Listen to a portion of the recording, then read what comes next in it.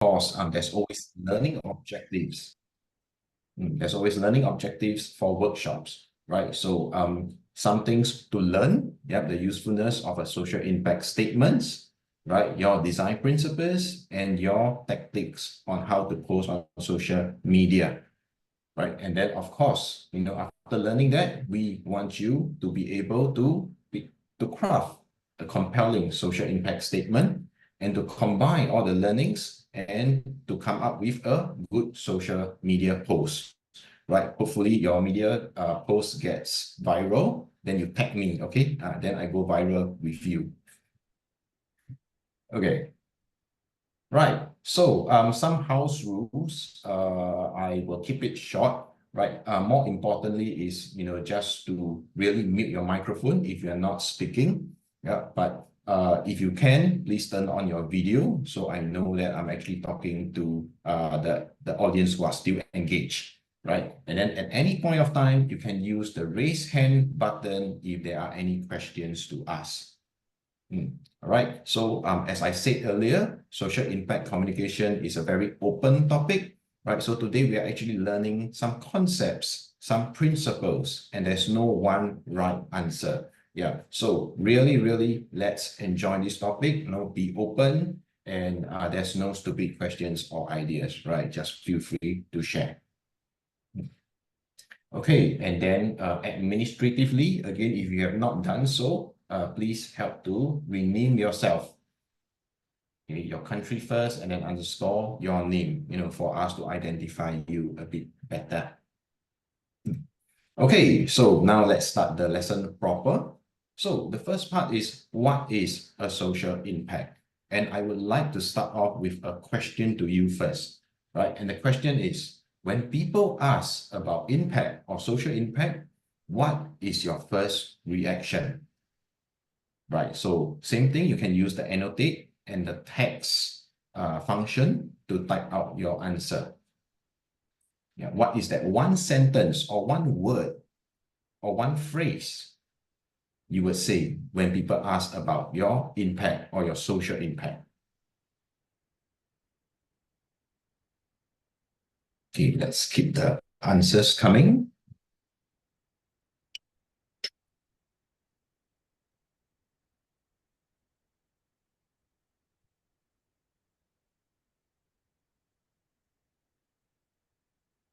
Effect of my work towards the public. Okay, yeah.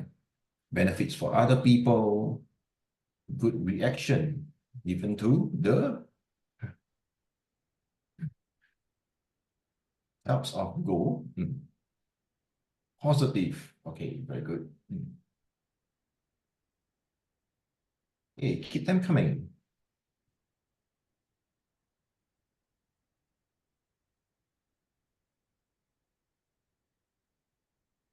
Okay, very long sentence, huh? Yeah, serve a niche of group. Okay.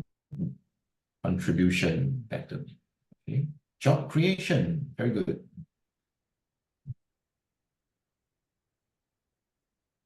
Visual, okay.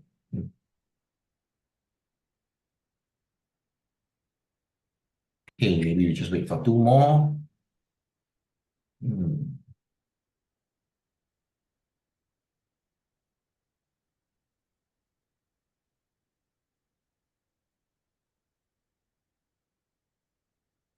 Okay, great. Thank you all for your answers. Yeah, I think they are very good answers. Okay, fundraising, yes. Good improvement. Right. So when I look at these answers, y'all are actually on the right track of social impact communications already. Yeah, because you know how to actually help people, what you are actually doing. Right. Okay, so I'm moving on. Yeah, thank you. I'm going to clear the drawings. Okay, I'm going to the next slide. Right. So first, we need to ask ourselves, why we need to talk about social impact. Right. Okay. So in the commercial world, when you pay for something, when you buy something, you actually get some sort of goods and services in return. Right. So you get something material in return. Right. If you go to a store, a food store, when you pay for something, you get a pack of food in return. Right. But in the non-profit sector, that is not the case, because when donors make a donation, they don't get anything material in return. They don't get any goods and services, right? Instead, the NPO, the nonprofit, will provide goods or services to the beneficiaries, right? And that is where, they impact the beneficiaries. And that is why the donors would have to see the impact that the nonprofit make for the beneficiaries, to actually justify their donation. Right. So here are some of the quotes from the donor interview, right? So they are saying that, it's actually giving the people the opportunity to contribute. And then the second one is they talk about having it to be multifold and to benefit the society at large. So they're actually not getting anything in return, and they are not wanting to get anything back in return materialistically, right? They just want to look at the impact to the beneficiaries. And this is why it's important that you need to communicate this impact, to your donors.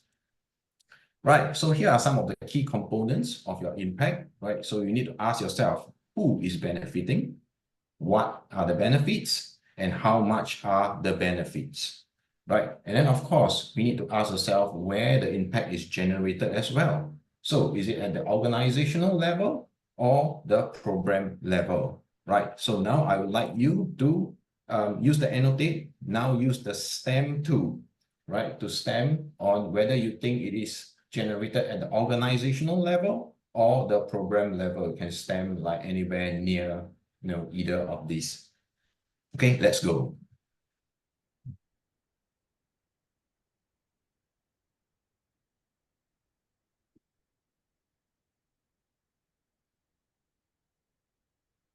The stamp tool.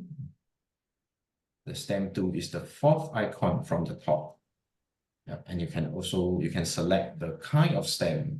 There's a heart shape, star shape, a tick, a question mark. Yeah. Thank you, organizational level. Any other answers?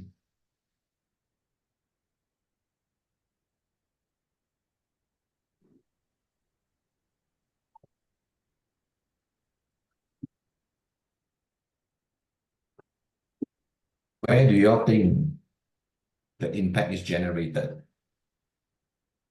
Okay, you use the draw tool. Okay. On the program level. All right. Okay, there's actually a lot of people here, Yeah, so we are expecting a little bit more answers, please. Okay, more program, huh?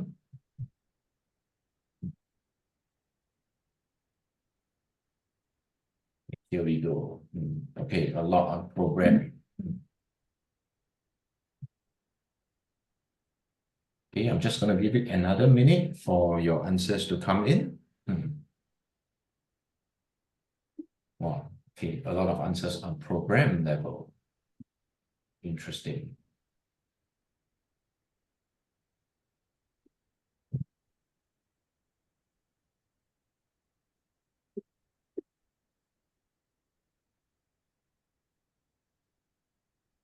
Okay, thank you for your responses. Right, so for those who say organizational level, you are correct.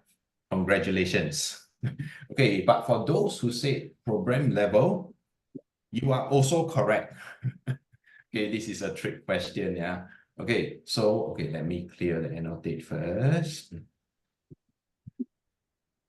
Okay, so the application of impact is actually for different kinds of target audience. So when we talk about organizational level, yeah, it's actually for the general public. It's actually important for the individual, right? And then if you talk about the program level kind of impact, yeah, they are actually more suitable for institutional audiences. So your corporates, your foundations who are actually have a little bit of related values towards the program.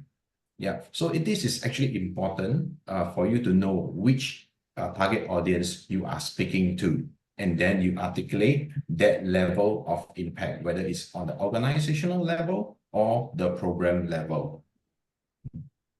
Okay, so then earlier on, we also talked about the who, what, and how much of the benefits, right? So who is benefiting is usually the first selection criteria for your audience, right? So when people say, I want to impact the environment, I want to impact persons with disabilities, I want to support artists, for example, and this is where they will actually search for social organizations with the impact to these causes, right? So this is actually the first initial selection criteria.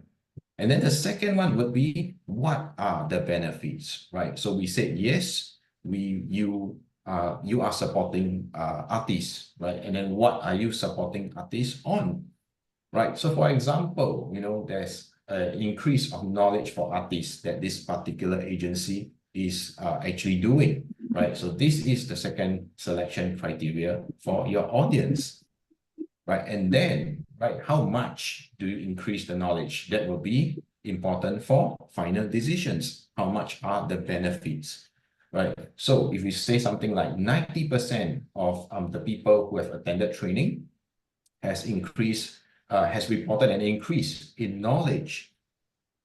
So this will actually let the donor, have a decision that if they donate to this organization, 90% of the artists would have increase in knowledge, right? Okay, so then we talk about how to craft your social impact, right? So this is actually a possible framework by the Global Culture District Network, or GCDN for short, right? So the explanation of the values are actually being written on the right? And so how this framework works is that we talk about the values that the social organization is actually bringing to the society. So is it an artistic value? Is it an educational value, social and community value, urban or environmental value, or economic value?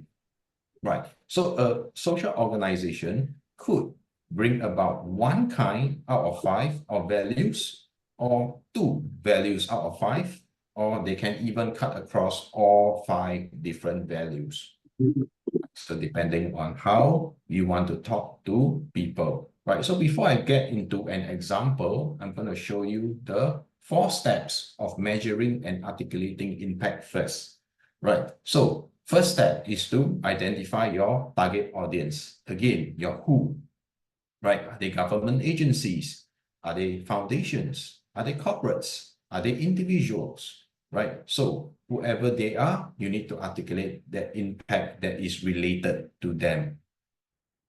Okay, and then 2 will be about determining your outputs, your outcome, and your impact. So this is where you talk about the what and the how much of the benefits that you are bringing to them, right? And then thirdly, you talk about how much you need to collect this information, right? So data collection through different methods, right? Surveys, stories and testimonies, or desktop research, right? So I remember last week's training, we talked about how it's very difficult to do surveys in rural areas. Yes, yeah.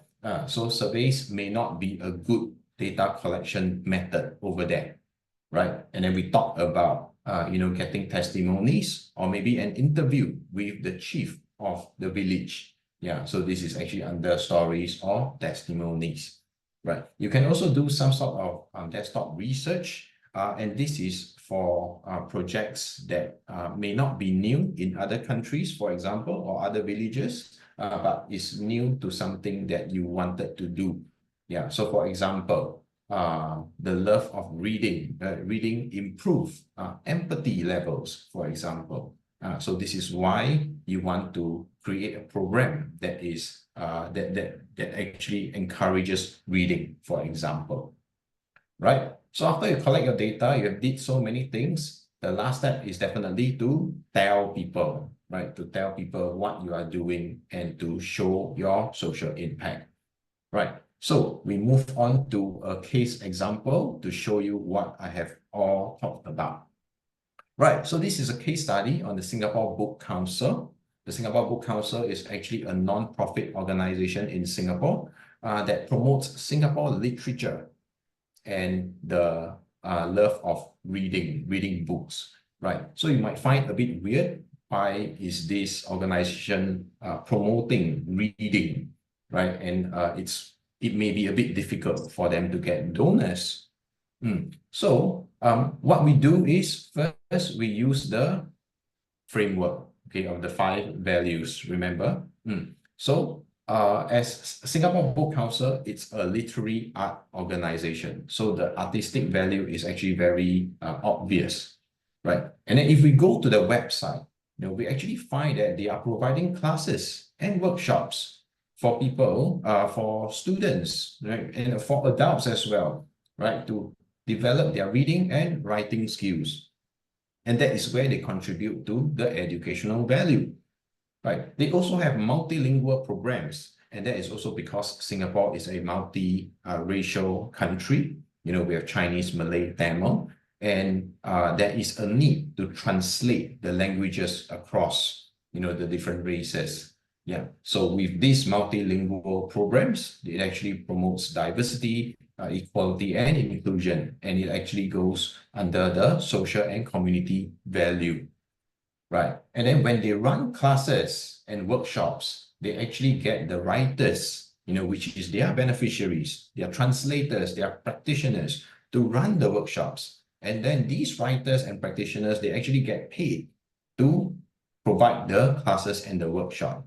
So in terms of the economy value, they're actually generating employment for the writers, right? So one simple book council, which is a literary arts organization with artistic value as a very obvious value provider, can also provide a lot of other values, right? So now I know that if I talk to, for example, a bank as a corporate partner, they want to look at economic value, then I can say that, yes, we do have programs, or, what we are doing is somehow also related to, contributing to the economy, right? Because we generate employment, for example, right? If I can also talk to national agencies who want to promote, diversity, equality, and inclusion, because we have multilingual programs, and that actually contributes to social and community value, right? So with this framework, you can use this to identify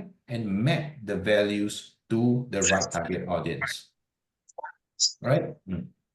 Okay, then we go to step 2. Step 2 will be your outcomes, your outputs, outcomes, and impact, right? So this is the what and how much benefit. Okay, so for the bottom, at the bottom of the pyramid, the outputs part, okay, we measure things like the number of classes, the number of beneficiaries. So very, very quantitative, right? And then we ask why? Why are we conducting so many classes? Why are we benefiting so many beneficiaries?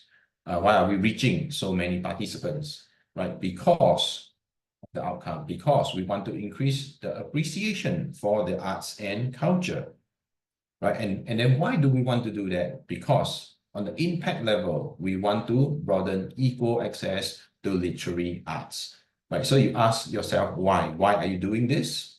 And why are you doing this as well? Yes, as you go up the pyramid, right? Yeah. So at this point of time, I'm sure that some of y'all have find this very familiar, right? So if you find this quite familiar, if it's something that your previous lesson has taught, can you give me a thumbs up reaction so I know that I know you know what we are talking about? Anybody?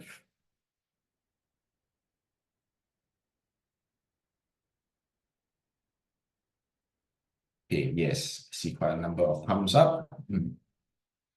Okay, thank you for the annotation as well.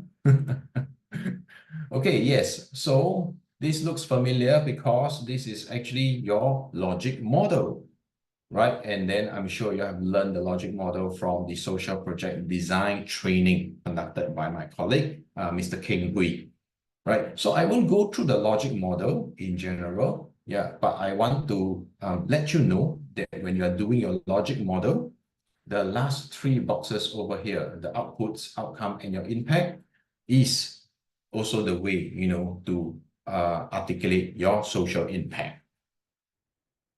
Right. Okay, then we go to step three. Step three is about collecting data and evidence, right? So I'm sure you have also seen this is also very logic model, yeah? So it's a very busy slide, so you can actually read it on your own later on, right? So I bring your attention to the one in red, the red box, right? So this is an example, right? So how do I tell donors or my funders, right? How do I tell them that I have an improvement in psychological or emotional state, right? How do I measure this, right? I will measure this by having some indicators. And the indicator for this case is that if there is a number and a percentage of the participants that has improved psychological or emotional state, then I have achieved this outcome, which have achieved this particular impact as well, which is to improve the well-being and the quality of life.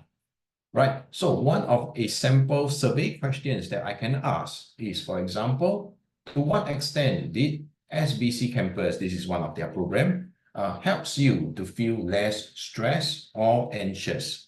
Right. If you have a lot of people saying yes, right, giving a 5 point out of 5 or 4 point out of 5, then I would have said that yes, I have improved the psychological or emotional state through this program.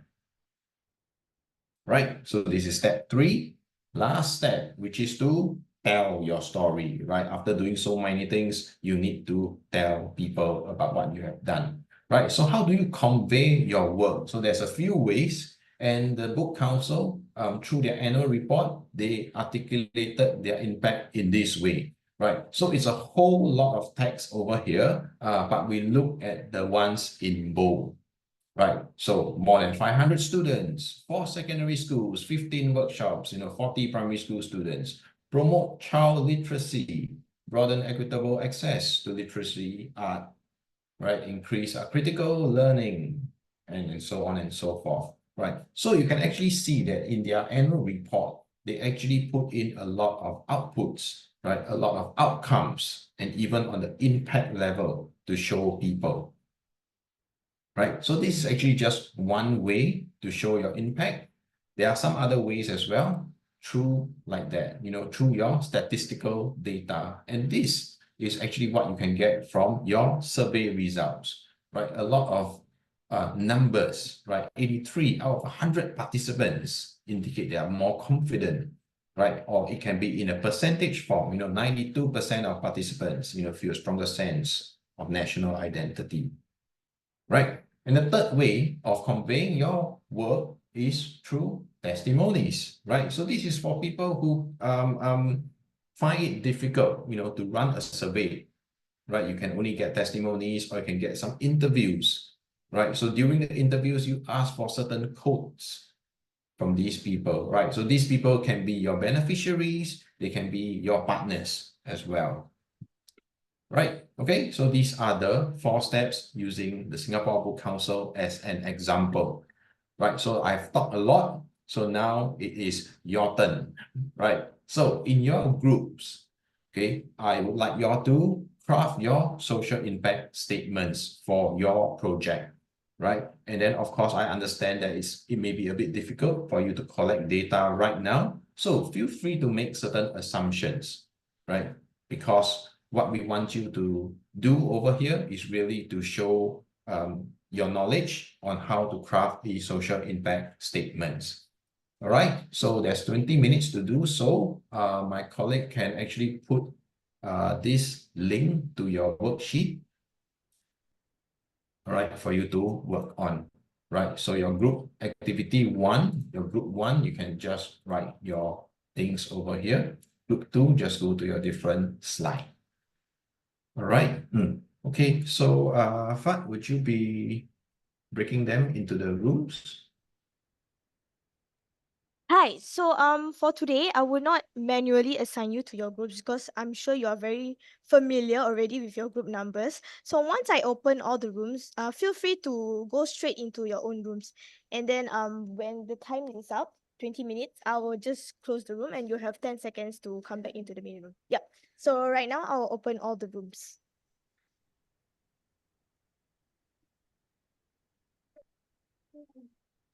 Yep. Feel free to join your own groups here. And for those, if you are still in the main room, just let us know if you are not sure or familiar with your group number. And we can check in with ASEAN Foundation on that. Yep. Thank you.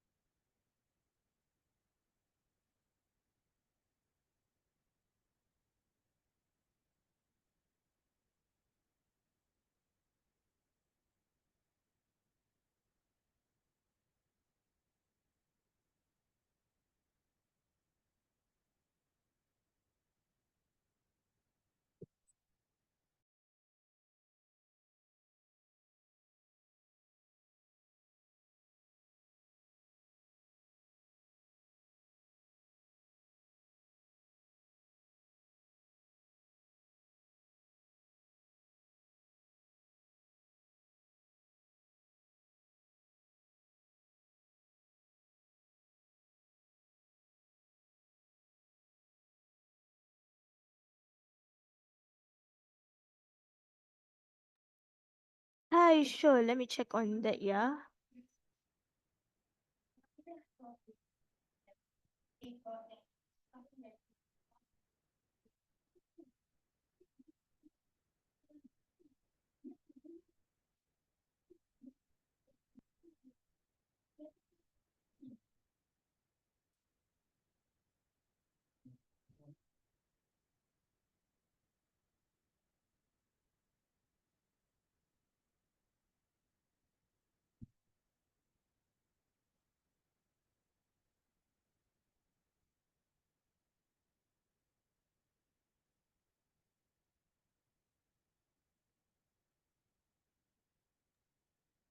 Okay, I think I will go and make my rounds. Yep. Thank you.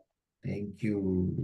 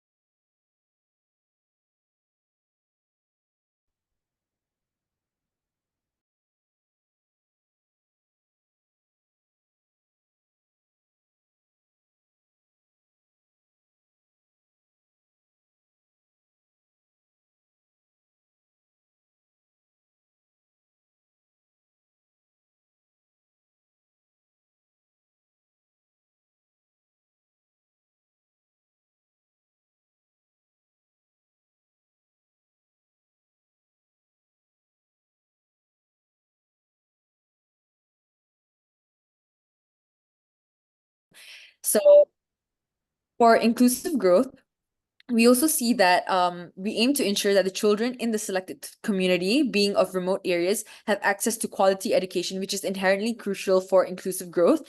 And we see that this can bridge the gap between urban and rural education standards. And finally, in regards to the improved infrastructure, seeing as we are aiming to build a suspension bridge, this project will align with the principles of sustainable development by addressing both the educational and infrastructural needs.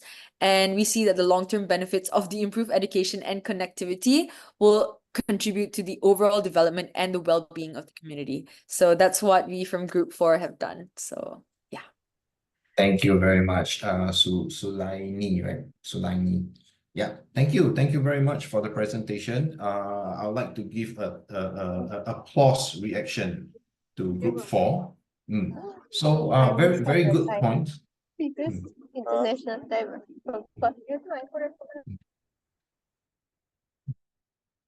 Sorry, is Carmen saying something? Okay, yeah. So yeah, very good points over here. One thing to take note of to improve it is really to put a little bit more on the how much part. Yeah, because I feel that most of your statements they are measurable. Yeah. So but overall, yeah, very good, very good. Thank you very much once again. Okay, so this is the activity that we have just finished. Right, so here are also some of the additional toolkits, right? Because earlier on I mentioned one kind of framework, yeah, which is about the 5 different values, right? So these are some of the other frameworks out there, that you can actually use to measure and to articulate your social impact. Yeah, so I won't go through all of it. Yeah, feel free to, just click in the link over here and it will bring you to the website, yeah, to learn more. Yeah, this will be given after your training. Okay, so now let's take a 10 minutes bio break. All right, so feel free to just stop your video, just get some tea and coffee or something. Yep, come back by 7:40, please. Right, thank you.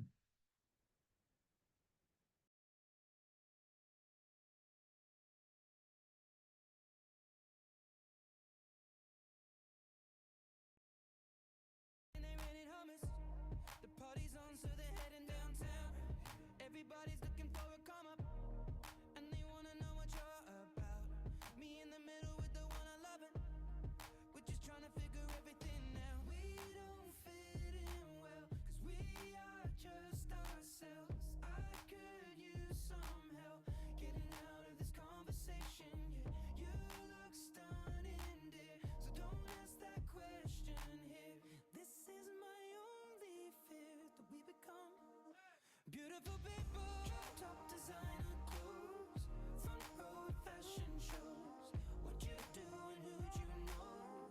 Inside the world of beautiful people. Champagne and roll up nose, prenups and broken homes. Surrounded but still alone.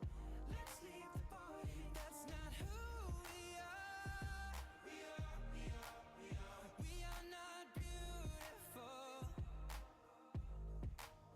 Yeah, that's not who we are. We are not beautiful.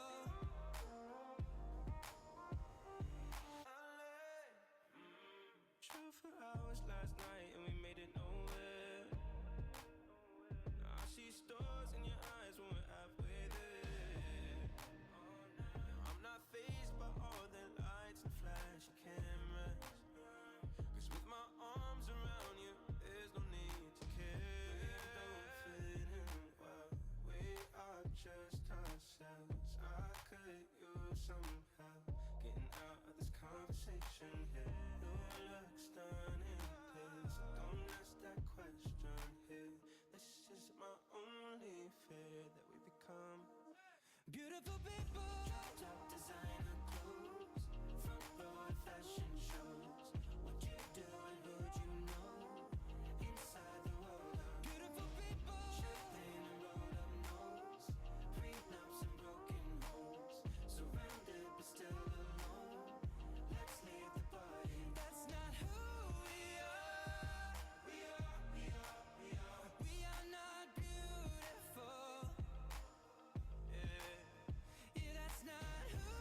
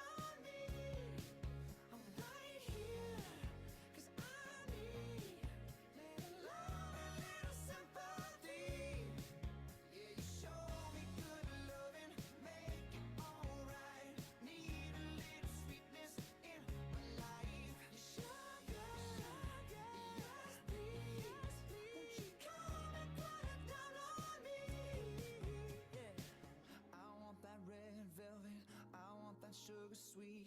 Don't let nobody touch it unless that somebody's me. I gotta be a man, there ain't no other way. 'Cause girl, you're hotter than a Southern California day. I don't wanna play no games, you don't gotta be afraid. Don't give me all that shy shit, no makeup on, that's my sugar. Yes, please, come and put it down on me. I'm right here, 'cause I need a little love, a little sympathy. So baby, just show me good loving, make it alright. Need a little sweetness, yeah, life. Sugar, yes, please, won't you come and put it down on me?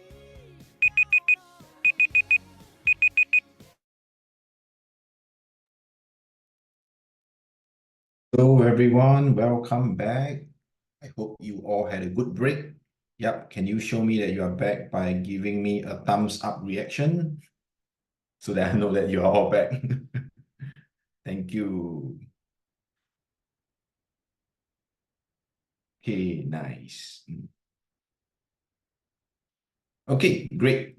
Okay, so now we go to part 2 of the training. Okay, so this part 2 is actually about principles of design. Okay, so again, very open topic. That's why we talk about principles and not just one way of designing things, right? Okay, so why are we doing this? This is because of a recent survey by NCSS. NCSS is National Council of Social Service, our Singapore's sector developer. So they actually did this survey, and it shows that a lot of social service agencies, they are least confident in the area of fundraising and engagement. And that is also due to very closely related to marketing, right? And some of the possible reasons is no money, no people, and no expert, right? And then, of course, that pool of audience on social media may be very small for them, right? But then social media still important, right? Yeah. So, what we can do is we utilize some of the free tools and resources. Okay, so now, again, I'd like to start off with a question, right? So I'm going to flash something in a while, right? Which element in this design draws your attention first and why? Okay, can I have a volunteer to do this exercise, please? Anyone who wants to volunteer can raise your hand. You can unmute yourself. If not, I'm going to arrow.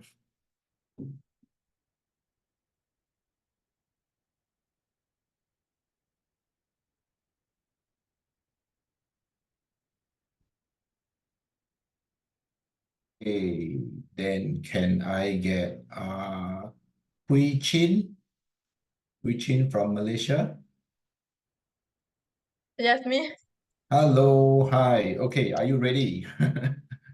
Yeah, I'm ready. But I think actually someone was raising his hand just now. Oh, is it? Yeah, someone from Philippines. Is it Clark?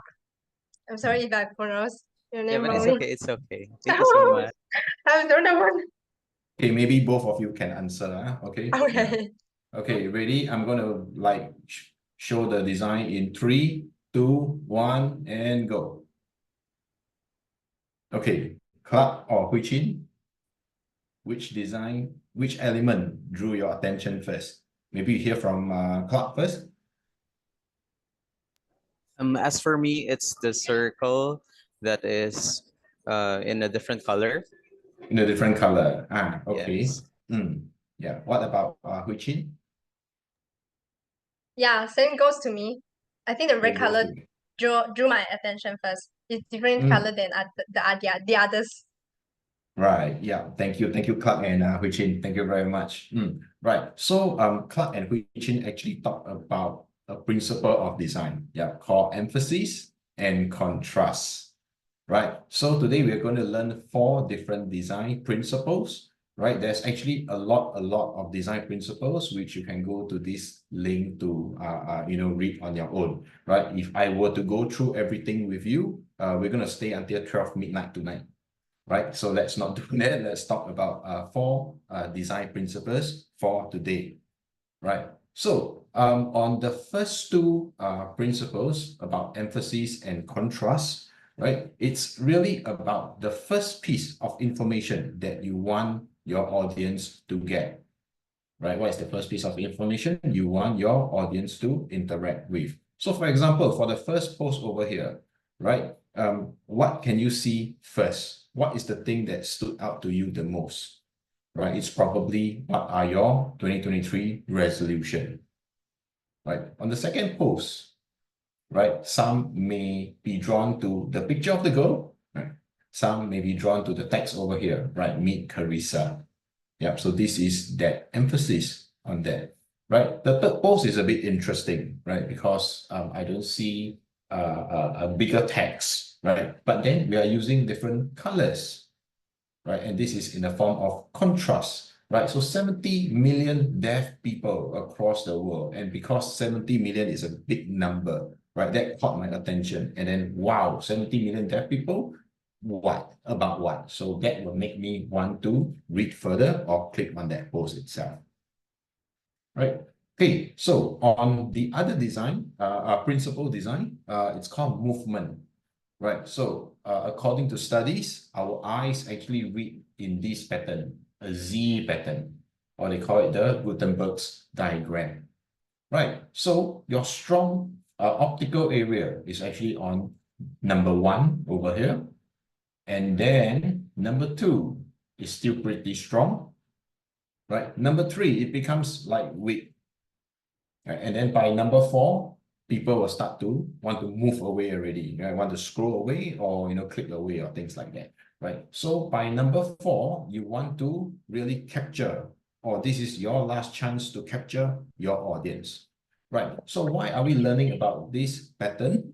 It's because you need to optimize the placement of your important information in 1, 2, and 4. Right, so to give you an example, right, this is our MPEX banner that we have designed, right? So first, you see the title, supporting inclusive and employment, right? So it's a sharing session and dialogue.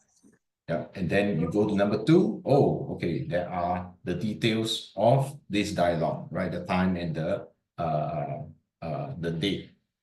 Right, so number 3, we know that it's going to be weak, so we just put some pictures. It looks very nice, but nothing important in particular.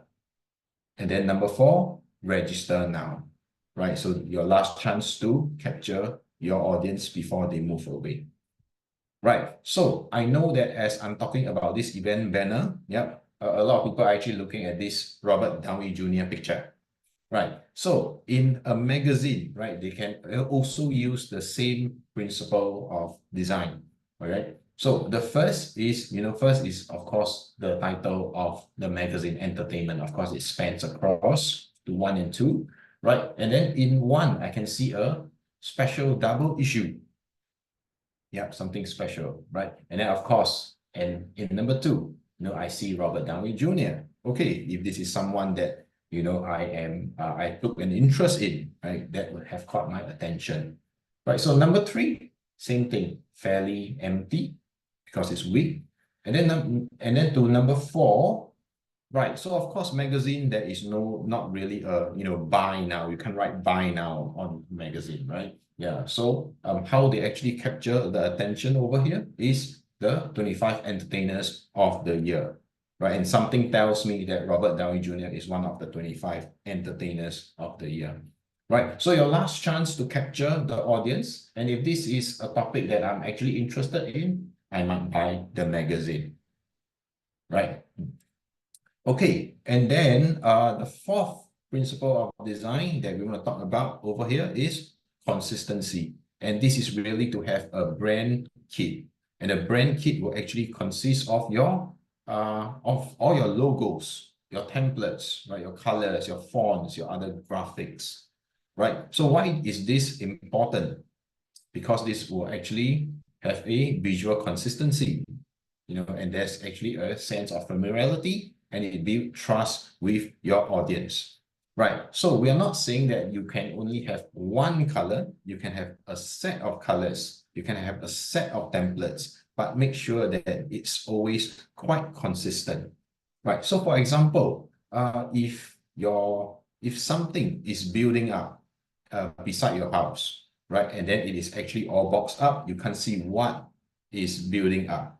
But on the top of it, you can actually see a big M logo.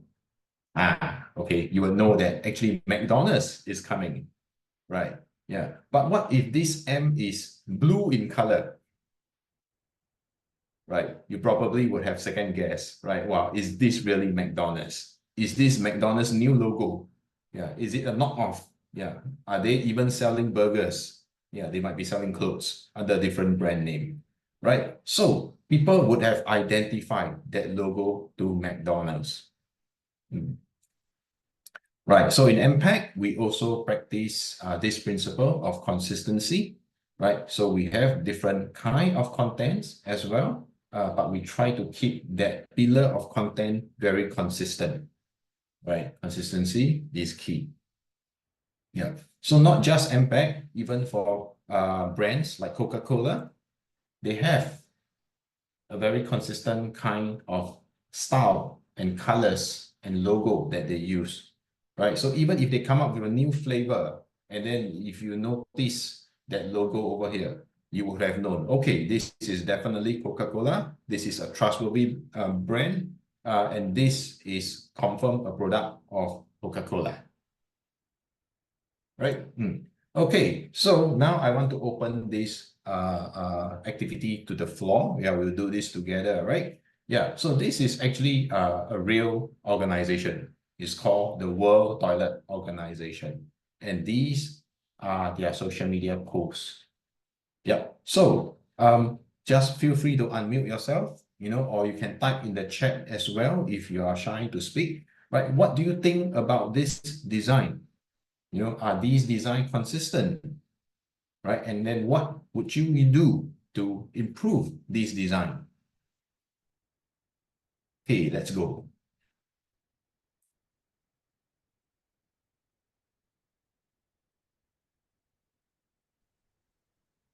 I think the placement is a bit odd. Especially the middle one. This one, right? Yeah. Yeah. Yeah, it's just kind of all over the place, in all honesty. But the third one, I think it's good that they have the like the logo on the top left corner. It kind of like, because that's where you land first, right? I don't know, but just the spacing is a bit odd, that's all. Yeah. And I think the only consistent thing about all of these is that they've got really odd placements. Yeah. Thank you very much. Right. Yes, very right. Yeah. So I'm also looking at the chat. It writes the color platter is inconsistent, I would say. Okay, the first one needs alignment as well. Okay, a better font pairing. The colors choices, right? And then of course the text, they are kind of different as well. Okay, logo design is consistent at least. Okay. Yeah. Okay, there's actually another design principle which is not taught over here.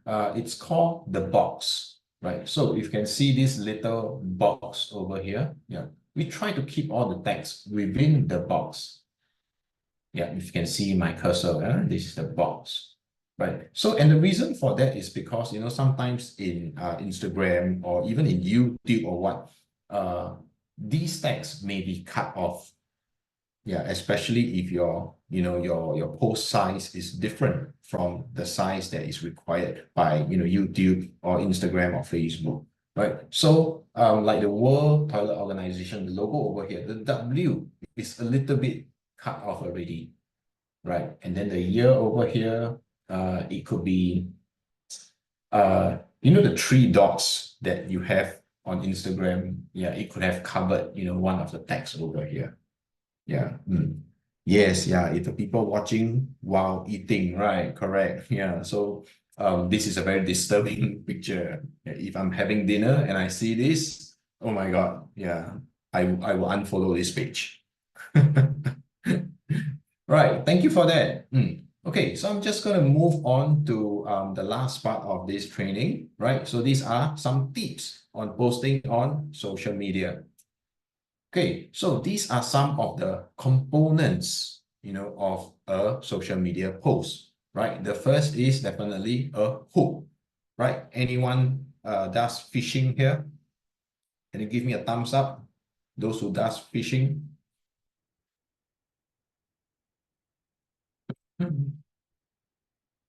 Okay, yeah. So if you go fishing, right, you will know that there's a hook, right? And you want the fish to bite the hook, right? And sometimes you will use bait like worms, right, for the fish to, want to bite on the hook, right? So on social media, we don't use worms, right? We use punchy and attention-grabbing hooks, right? So more to explain later on, right? And of course, we go to your own content, right? So your content, you can share, interesting tidbits or nuggets. Okay, and then there can be also some sort of quotes if you have, some sort of testimonies from different stakeholders, to help to build, your post credibility, right? And then of course, if someone else say that, there's always that touch of human, right? Yeah, it's not only I'm saying it, but other people are saying the same thing as me, right? And then of course, we talk about this word call to action a lot, right? So some of the call to action is, what do you want your audience to do after reading your post? Do you want them to like it, to share it, to spread the word? Yeah, you can also ask a question, and then you write, let me know in the comments, right? And then people will start to answer to your questions in the comments, right? You can also do some of the other things, right? Direct followers to another page, right? Get readers to subscribe, or to connect to other social media platforms, right? Okay, so we jump to hook, right? So this hook is, attention grabbing, right? And there's many different kinds of hooks as well, right? So the first is emotional. Of course, everybody likes, okay, most of us, not everybody, most of us like dogs, right? And you see, wow, such a cute dog. And then with a statement like this, can we go home? Wow, so it's really touching on your heartstrings. And you might want to click on this, to find out more, to adopt the dog, perhaps, right? So emotional hook, right? Another kind of hook that you can use is in the form of a strong statement, right? The effects of climate change are irreversible. Take actions now, right? So very strong statement. Oh my God, how can I take actions now? So yeah, people like to click on it. Right. Another example will be through a quotation, right? So Nelson Mandela actually said something like, education is the most powerful weapon you can use to change the world. Right. Okay. So what is it about education? Is your organization providing something of educational value, right? You can, perhaps use a quotation like this to hook people in, right? Yeah. So of course, there are some tips on hook, right? So these are just some examples over here.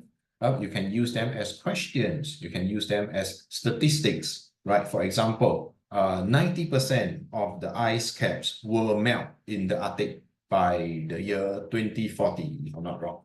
Right, yeah. So, oh my God, that kind of statement, okay, it's kind of a strong statement, yeah, but it's also using statistics, right? 90% of the ice caps will melt, right? So with that, then you want to find out a little bit more about climate change, right? And of course, telling a story using humor as well, right? So you can see that hooks as being shown here are in different formats. It can be an image, or it can be a statement, or it can be both.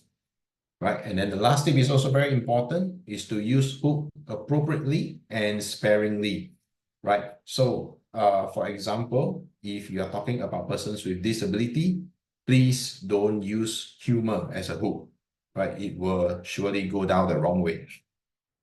Yep.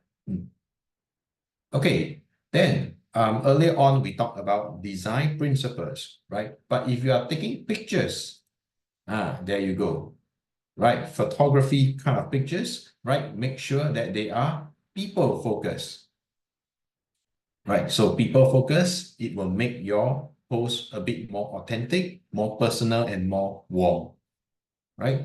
If you want to take pictures, okay, make sure that they are better if the people are doing something rather than standing still, right? And then we really want to avoid, boring stock pictures like people doing thumbs up and taking picture, right? I really don't know why people would want to, click on that post like that, thumbs up, right? So avoid the cliche kind of corporate pictures, right? Let them be in action. Yeah, and then that will actually already show them it's a little bit more engaging than that, right? And then lastly, also, if your picture really has nothing much to show, you can put some text to pair with it. Yeah, and you create a little bit more of a dynamic piece. All right. Okay. Tips on writing a compelling post, right? So we have yes and no, right? So yes, write with accessibility in mind. And what I mean is by hashtags. And hashtags should be easy to remember. Yeah, it should not be too long. Yeah, it should not be in like weird sentence form that nobody can remember what is it. Yeah, make it easy for people to tag you as well, through your hashtags. Right. And then of course your length of the post. Yeah, you got to like really be mindful of it. Especially in IG, where the first or second sentence, it will be readable. And then the rest of the text, it's going to be under the read more button. Right. So more likely the people would have read the first one or two sentences more than they will click the read more. Right. So make sure your important sentence are at the front, right? You can put a hook at the front sentence as well. Yeah, then that will entice people to want to click to read a bit more. Right. Then of course, be personal, be casual, be approachable, and encourage, people to contact you as well. Be contactable.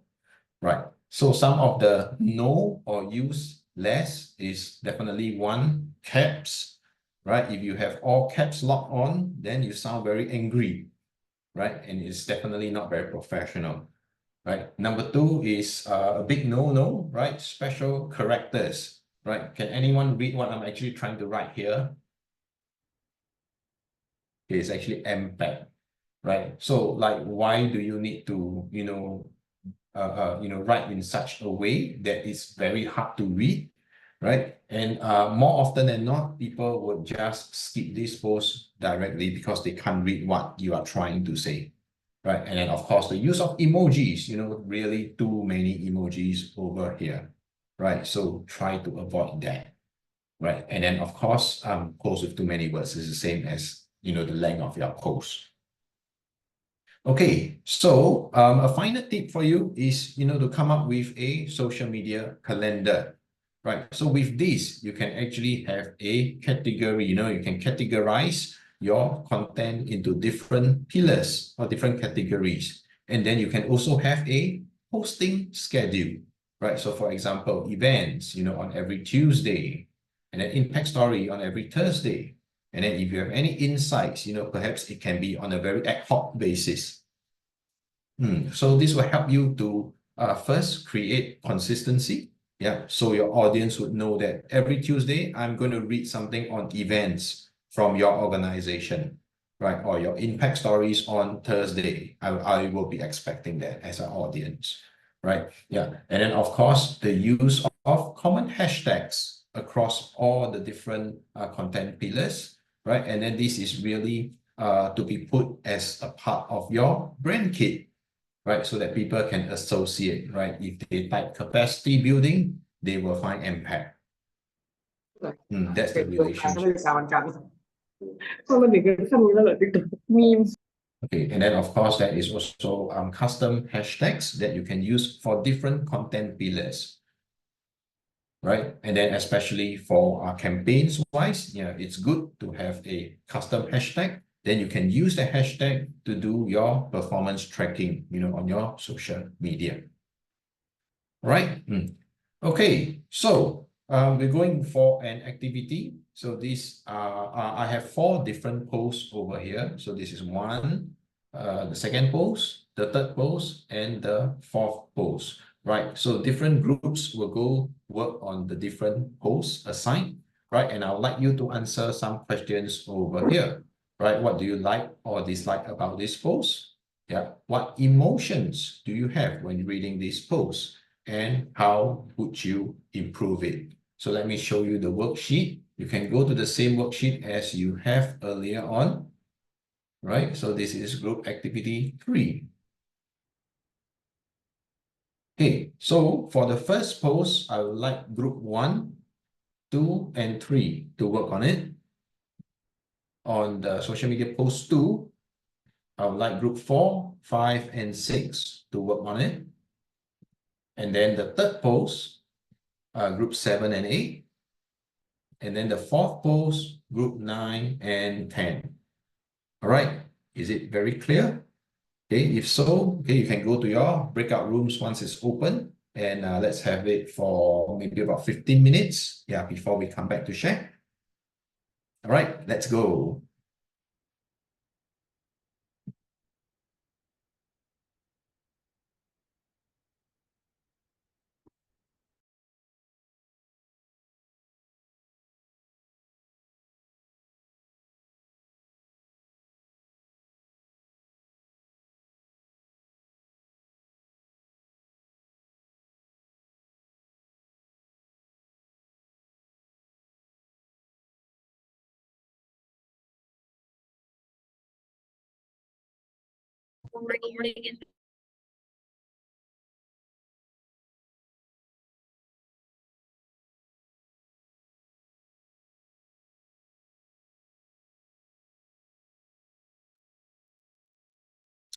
But earlier on, group 9, Clara from Bamboo Builders actually say that she did see some of the new volunteers in the main session. Yeah, but then they are not joining the group.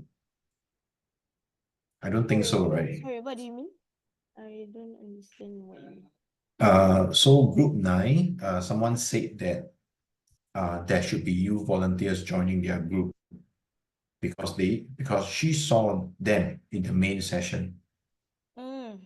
Okay. Hold on, yeah. Take a look. Yeah. They have one there already. Yeah. Yes.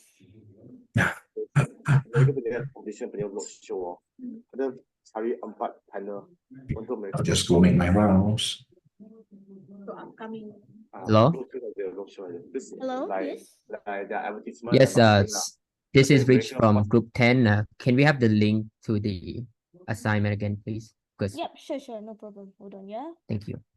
Let me just send you the... Hello, community. I'm actually in the group 8 and I just get kicked off from the Zoom. Can I sign in again? Hold on, yeah?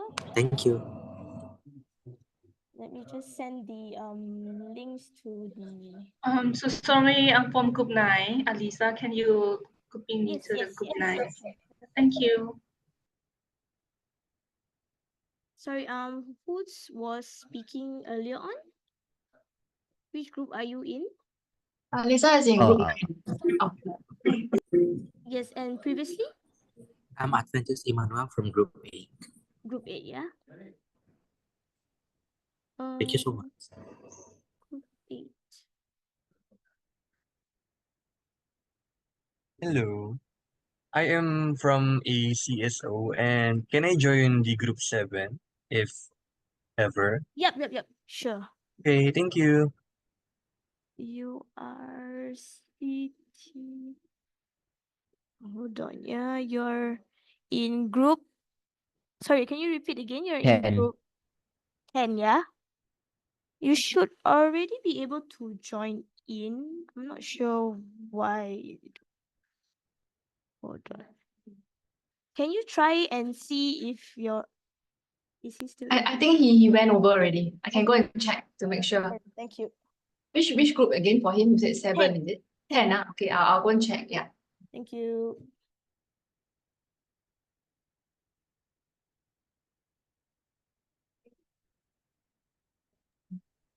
Yeah, Seti Rich is in group 10 now. 10, thank you so much.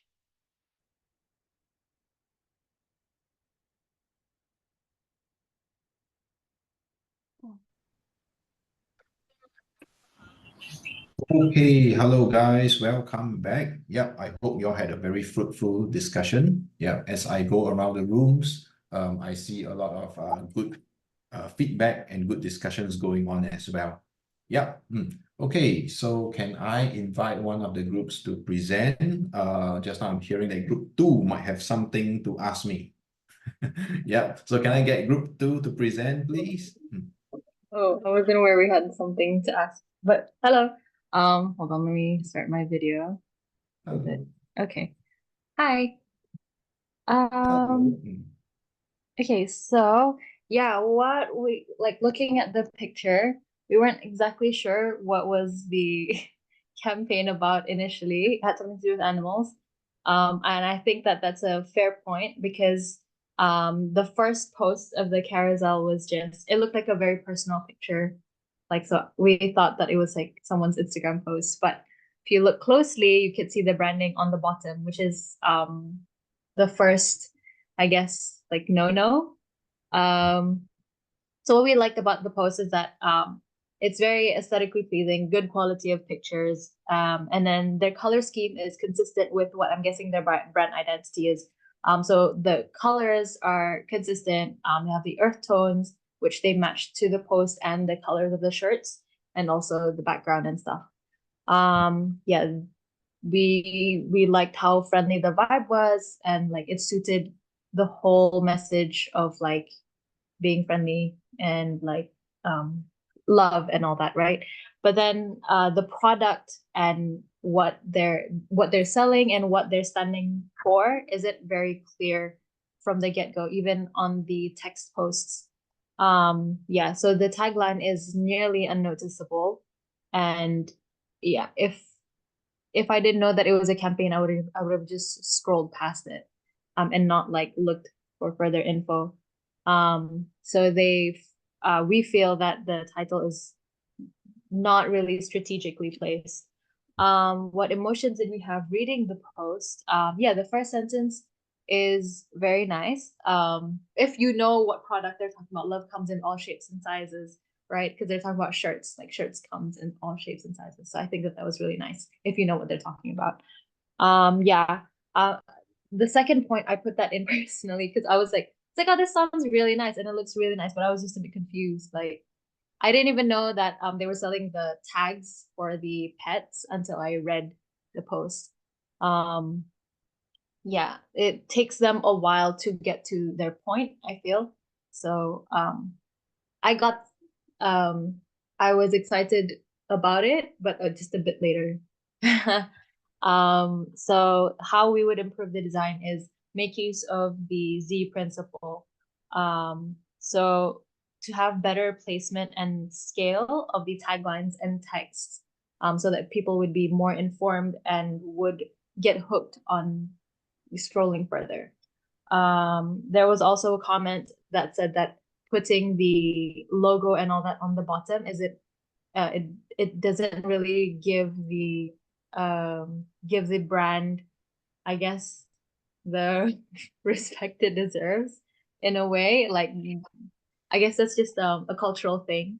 But yeah, it's still very important. So the text could be short and sweet in point form, which is fair because our attention span isn't very long anymore. And they could add additional supporting components such as hashtags or calls to action. That's what's missing as well. They don't really say it very overtly, I feel. They just hint at it instead. So yeah, that's how we would improve it. Thank you. Thank you very much. Yeah. So I like that. I like that you said that you are attracted to the post at first, and then as you scroll through, then your interest kind of like is gone. right? So it seems like they have a very strong hook, yeah, but then the content did not make up for it. Am I right to say that? Yeah, I think the hook was the dog. I feel. Yeah, and Yeah. it's kind of a hook that is not very consistent with the whole content, right? Yeah, I thought he's going to show us, this is his pet dog. It's a post about something about his dog. Yeah, but then in the end, it was actually selling something, right? Yeah, so I agree with you that the text is very small. I can't read most of it. Yeah, and if I have trouble reading it, I would have just move on. Yeah. Okay, so yeah, good job. Thank you very much, group 2. Anyone else have any comments? Because I know that everyone is working on different social media posts, right? Yeah. Anything that anyone wants to highlight?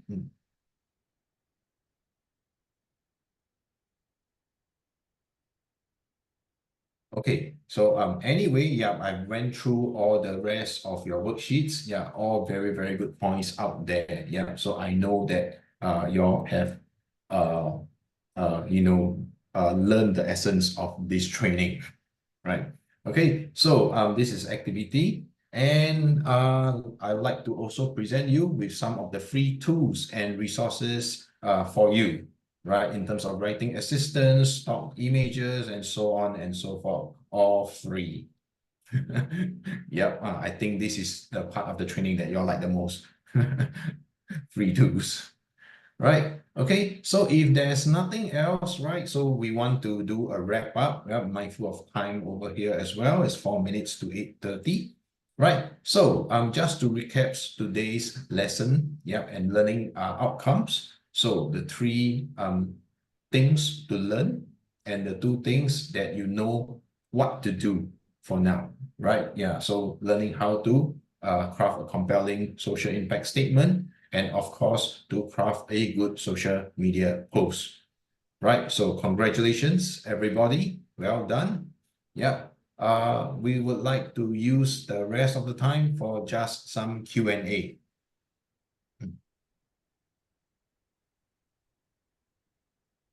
can unmute yourself, or you can use the text function to type in your questions if you have any.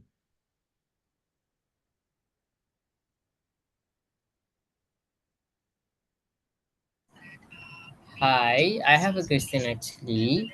Hello, My name is Nasri. Muhammad Nazri. I'm from Group 6. My question is, I think TikTok is one of the, I think the mainstream for I think for my generation specifically. I think the main problem when we share our content on TikTok is the views. What will be It's the your views. advice? Yeah, what will be your advice to actually increase our views in our videos? Some of the videos that we share, I think we have the quality there, but it's very hard to find engagement towards audience. So what are the steps that we can take in order to actually increase engagements of the videos? So yeah, thank you. Thanks, Nasri. Yeah, so that is a question that everybody would want the answers to. Yeah, if we can really get the views, then not only on TikTok actually, like Instagram, YouTube, Facebook, we need that viewership, we need that following, right? So a few ways to do that. I think one is definitely to build a community, right? So as in your followers, your subscribers, and your real supporters. Yeah. So and these will build up over time, right? To fast track this, I would recommend maybe just partnering with a major brand or a player in the market. Yep, someone with a bit more following. Yep. Try to do something with them. Of course, it has to be tied in with your social cause, because that is your main objective, right? Yeah, so tie in with them, and then maybe if they share a post, right, tag them or get them to tag you, right? Or direct the links. So you cross direct to them, they cross direct to you. Yeah, this is one of the ways to increase your following. Yeah, thank you very much, Nasri.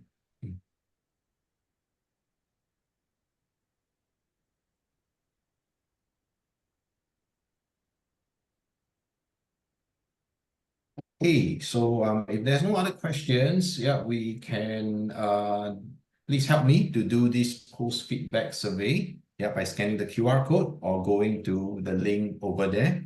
Yep. And I would like everyone to just stay on for a while because we're going to take a group picture.